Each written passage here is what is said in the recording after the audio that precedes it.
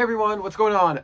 I recently saw WandaVision episode 4 and I would like to talk about it. So first we're going to do a little bit of non-spoiler review, talk about it, and then we're going to jump right into the spoilers, and it's going to be a quick one today.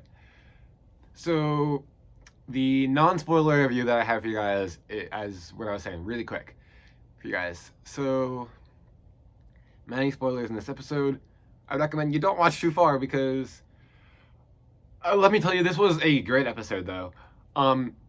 It really furthered the story, and it was the way that they did the episode was very genius and inventive, and I absolutely loved practically every single minute of it. It was very unexpected, and I can't say too much more. So let's jump right into the spoiler review. All right, here we are in the spoiler review where I'm going to review basically what happened in the episode and talk a little bit about that, but save some stuff for the theories episode, which you're going to want to stick around to, where I theorize stuff for next episode. This theories episode should be uploaded on next Tuesday in preparation for episode 5. So anyways, let's jump right into it. First scene of the show. It's very surprising, and it gives us, it surprised me at least, it gave us like a good hint of where this takes place, because in a way, part of this takes place during Endgame. Okay, so, which gives us a hint that like, this was practically right after Endgame, where she's like, all right, I'm back from the dead. Let's do it. So,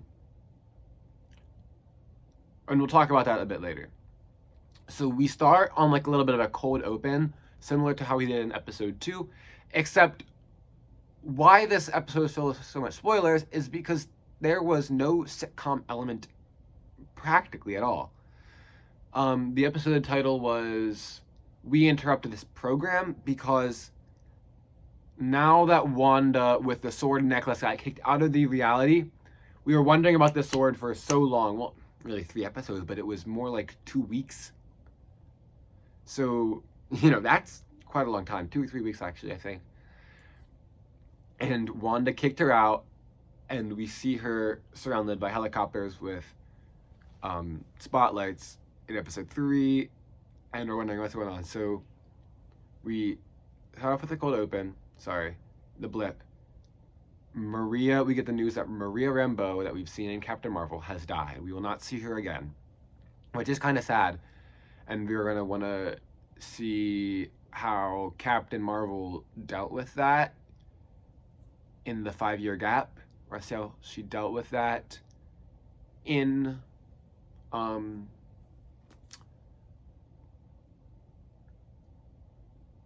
we're going to want to see how she dealt with Maria Rambeau's death in the 5-year gap. Hopefully you get a little bit of a hint towards that in Captain Marvel 2. We then get to see what Sword HQ looks like, Sword headquarters. This looks like in no like big city, unlike SHIELD is in DC or New York City in some movies. And it's just interesting because I really expected this episode to have some sitcom element. Let me go back to it in halfway. No commercial, no whatever. So we'll talk more about that in the future. Maria Rambeau made Sword. So my thoughts on that. My guess is that she probably made it about right after she met Carol again, and we know at least in the comics, Sword is a subdivision of SHIELD, so she probably contacted Nick Fury, who she was familiar with. Hey, can I start the subdivision, because it stands for Sentient Weapon Observation Response Division, and You know, Captain Marvel, she's literally made out of photons. She's a sentient weapon.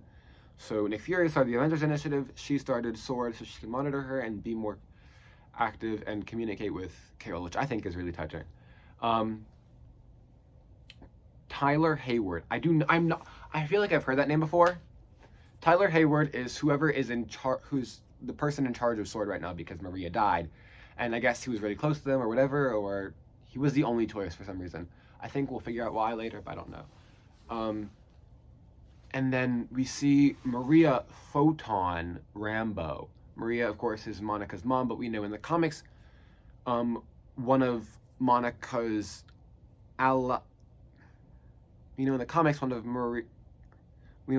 one of Monica's aliases is Photon because she has these powers. Maybe it's just because here she went really fast, and but it's kind of weird because Captain Marvel also had photon powers. So did Maria get these powers here? But it's a lot of questions are raised. Let's keep talking about this. The FBI is working in Jersey, and Monica is grounded. Why? We're not quite sure. I think, well, he did say, but I forget. And Monica goes, if this is because whatever of something, you don't have to worry. Now, what is this? I don't know. We'll talk about that in the series episode coming this Tuesday, but I have a couple of suspicions, especially related to Maria, her mom. Maria then goes to Westview to investigate. Just goes to investigate, like, regularly. Just check out what's going with the FBI, missing persons case. Turns out to be much more. Jimmy Woo is there. He flashed out his car with the close-up magic, and they're like, people have like some selective amnesia, forgetting about this. So, assuming Wanda is in charge of this place, she's making people around there forget, and just people in this maybe radius. So, I don't know if that's been her powers, but she can do it now. So, and then I'm like 90% sure that Wanda is the villain. There's a good chance Mephisto could be in here somehow as just like not a villain to Wanda, but like because in the comics, Billy and Tommy's souls and life forms come from Mephisto, so maybe they could bring him in that way, and that'd be okay. But the police or the sheriffs there were from Eastview, which really got me like wondering because that sounds so similar to Westview, and they're both very generic names, but like, is there like an opposing person that made another real? I don't know. That's my only thought with Mephisto, maybe, or someone else. Apparently no such place as Westview. Very interesting. Jimmy's like, they can't go in, it doesn't want me in. I don't know why he said that, but maybe Wanda's bringing like a message into his head, like, I don't want, And so then Monica sends in this toy helicopter, or drone helicopter, and it looks like a helicopter, which is weird. It looks like it, and at first I'm like thinking, is that like the one that Wanda saw? Apparently not, because it wasn't the same model. But why send in one that looks like that? What was that supposed to do? I'm not sure, because it had full high-tech drones sending out later.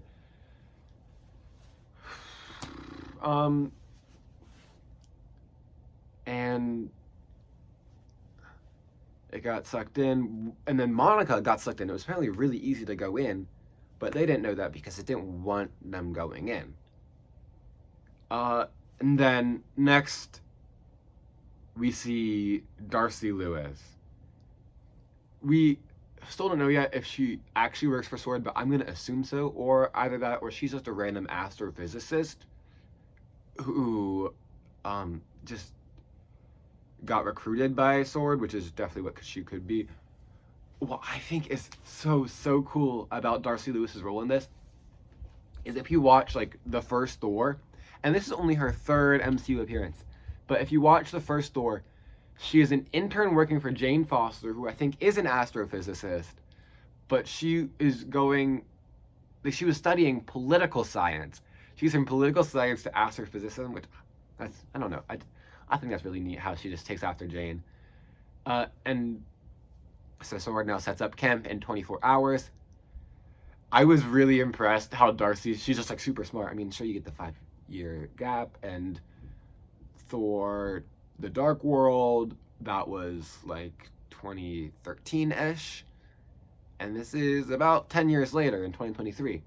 So I guess it makes sense, but it's just, I was so cool to see her, like, in the first movie, she tases Thor, and now she's, like, spouting off these super smart words that, like, you would find Cisco Ramon doing in the Flash TV show.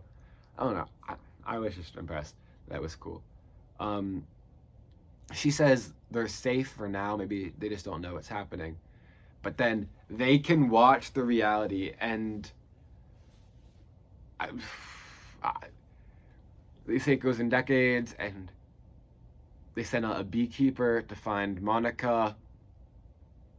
And Jimmy's like, is it an Avengers sitcom?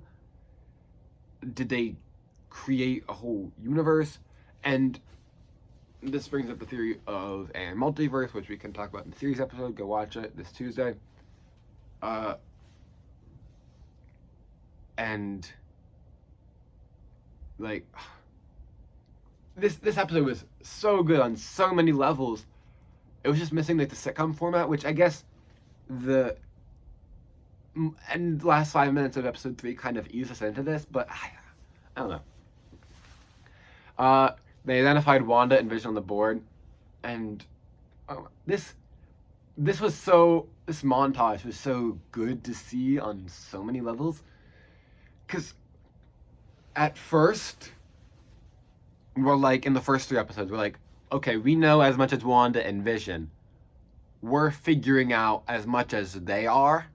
Like, we don't know what's going on in this reality. She picks up that.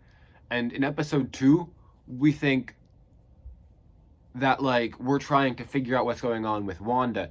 When now, we're kind of thinking, Wanda really, like, yeah, that helicopter scared her, but she wanted that helicopter, like, out. Like, she needed that perfect, and that scared her for the wrong reasons. And you think in the second episode she just wants, she's happy living like this, but maybe she's trying to know who's contact. I don't know. But now we know that she, I'll get to that later. I'm ruining the moment. But now in episode 4, we're more like Sword and Darcy and Jimmy, where we're trying to figure out what's going wrong with Wanda's reality and why it's like that. So Jimmy on the board, he writes, why the hexagonal shape? And my theory for this is like hex bolts in the comics that are probability things. Those are powers, plus hexes, magic, etc. Even the map we see is a hexagon. And I think that's cool. So it's kind of weird. The map, like the Westview. And then Jimmy Woo knows about scrolls. So Sword knows about scrolls, which is very interesting. I mean, I guess they are a S.H.I.E.L.D. affiliate, but we haven't seen a mention of them. We've only seen mentions of them recently. I guess maybe Captain Marvel brought them into continuity, whatever. If you look really closely, pause it some seconds, you can see it. I don't think it's scrolls, but they're just like, they're theorizing. They're like, is it the same time and space? Why sitcoms? Is Vision alive? And we're thinking the same exact things. But then they write on the board failed attempts of communications, drones, digital phone lines, and then they start identifying Mrs. Hart, Mr. Hart, Norm, Jones, Bev, Herb, and then they see Monica, and they're like, is she playing along with this? And I think now we realize she was. And this was one of our theories earlier. How much does Monica know? Was she just one of the people in the town? No, she's a Sword agent, and she's trying to play along until she can get out somehow or report back. And I don't think she meant to be kicked out that way. But then, so we learned that the helicopter that Wanda found out of the bushes in episode 2 was a Sword drone turned retro, and that's why it appeared in color, apparently. But the beekeeper wasn't in color. I don't know. But then the new episodes, what's so interesting about the new episodes is they find new episodes maybe like every 2-3 hours. Like they have time to watch an episode and theorize about it for a while. And then a new one airs. She's like, oh, this one just aired 2 minutes ago. So, it's so... I don't know how that works. I don't know how it works. Because they were rerunning the first episode for a while.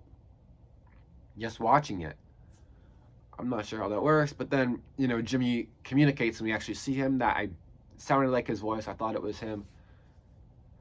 But Sword doesn't know that they are actually being heard by Wanda. They couldn't tell that they heard him. Wanda knew because we saw in the second episode, she did see, but it didn't show that in the TV show that they saw. And what I thought was really interesting is that they do see the commercials that we saw, but they don't recognize the significance of them, which is weird because they should know. If they know about Skrulls, they should know that who Strucker is, and they should know about Stark Industries, but maybe they don't. I don't know why they don't pick up on that. Maybe Darcy just ignores it. I don't know. But the barrier changed later when we saw the beekeeper go in. The barrier changed the hazmat suit, which I saw someone theorize. Props to them. And it turned the cord to a jump rope. But then it doesn't really happen in the episode, and we realize that they can tell that stuff is being censored, and then as I thought maybe we get like a peek of the 80s episode. No, this is like 70s part 2 in this episode a little bit, where okay, so the scene like we get a little bit more snippets of it. Like Wanda has these new, like, I don't know if these are new particularly, but I don't remember them a whole lot. These like red glowing orbs in her hands where she pushes her out and then she fixes it. But I was wondering where that scene would fit in, or if it was just a deleted scene, because we saw that in trailers of her flying through the grass, Monica, but we never saw it in that episode. I'm like, what? Just a deleted scene? So, it's interesting to know that's from this episode. And then I look in the back and I see Vision's face. Is that like a deeper purple than Vision? Vision's red. And we see the dead Vision that we saw in Infinity War. And my God, if that was not one of the ghastliest sights I've ever seen, ever, like practically in the Infinity Saga.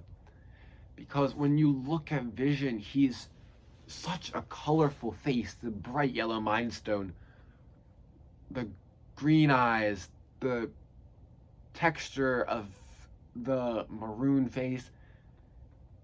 And then, yes, seeing him down on the ground was so ghastly, but seeing him animated like that and talking, standing up like that, oh my gosh. So now we think about this. Is he just like a sentient or reanimated corpse? Hear my thoughts on that in the theories episode, but we'll have to say. That's so interesting. And then Wanda says this really important line to Vision. I have everything under control. I knew it was more than that. She was literally saying that. And then Wanda, when she ends up on the other side of the barrier, she goes, it's Wanda. It's all Wanda. And hearing those two sentences basically confirms my theory is that Wanda is in full control. She made this whole thing. She's doing it. Which is so interesting because at the beginning, I knew she was making it, and I kind of like had this guess, I guess I could say, but that she'd be like her own antagonist, but in the way where like the Avengers are their own antagonists in Civil War. No, she is literally the bad guy here to everyone. I mean, not to herself. She's making herself just this nice reality, but no, she. Okay. Let's just quickly recap the scenes. We got the blip scene where Monica came back in the cold open. That was so good. Monica and Sword, very interesting, leaves room for discussion. Wanda and Jimmy before that, okay,